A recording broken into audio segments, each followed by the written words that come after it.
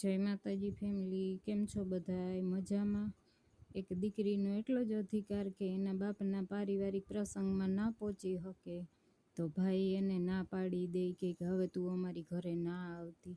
તો એનું કારણ શું? દીકરીની મજબૂરી ન જોઈ, લાચારી ન જોઈ કે બેન કયા કામમાં વ્યસ્ત હશે, કેવી રીતના નહીં પૂગી હોય, એવું કાંઈ ભાઈથી ન જોવાનું. અને પ્રસંગમાં ના પહોંચી શકી તો એને ના પાડી દીધી કે તે અમને બધાયમાં દેખાડ્યા. અને તો ભાઈ તમારે પૂછવાની ફરજ તો થતી હતી ને એકવાર કે બેન તું કેવી રીતના ન પહોંચી શકી, તને શું કારણ આડું આવી ગયું તે તું ન આવી શકી, કે એવું કાંઈ ભાઈને પૂછવાનું ન આવ્યું. અને ભાઈને ભાભી સીધા વઢવા જ માંડ્યા કે આમ છે ને તેમ છે ને કેવા કેવા બેનને બોલવા માંડ્યા શબ્દોને, કાંઈ મર્યાદા ન કરી કે મારી બેન છે આપણે શાંતિથી બેસીને વાત કરીએ, કે એવી કોઈ વસ્તુ ન કરી.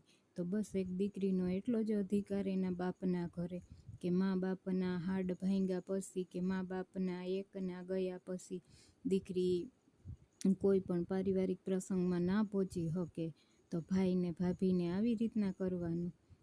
તો આ લાચાર અને મજબૂર દીકરી જાય તો જાય ક્યાં?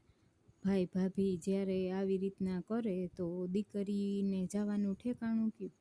મારે કહેવાનું બધાને એટલું જ થાય છે કે એ એકવાર પૂછી તો શકતા હતા ને કે બેન તને હું પ્રોબ્લેમ આડી આવી હતી, તું કેવી રીતના ન પહોંચી શકી, કે કોઈ તકલીફ હતી તને, આ તે કોઈ વસ્તુ જાણી નહીં, પૂછી નહીં, ને સીધા વઢવા જ માંડ્યા બેય જણા.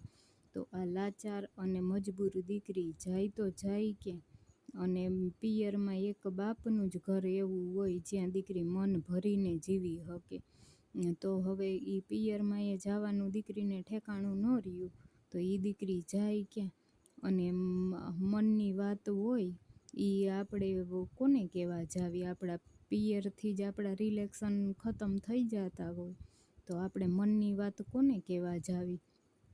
દીકરીની વેદના તો કોઈ સમજી ન શક્યું ને, કે દીકરીની વેદના તો કોઈ જાણી ન શક્યું ને, કે હું તકલીફ હતી, હું હશે, હું થયું હશે, કેવી રીતના નહીં પહોંચી શકી હોય. આપણે એકવાર એને શાંતિથી પૂછીએ અને વાત તો કરીએ કે બેન કેવી રીતના ન આવી. બસ આ એટલો જ અધિકાર બાપની ઘરે દીકરીનો કે તમે ન ટાઈમે પહોંચી શકો તો ભાઈને ભાભી વઢીને ના પાડી દે કે હવે ન આવતા. તો દીકરી જાય તો જાય ક્યાં? મારે કહેવાનું એટલું થાય છે બધાને.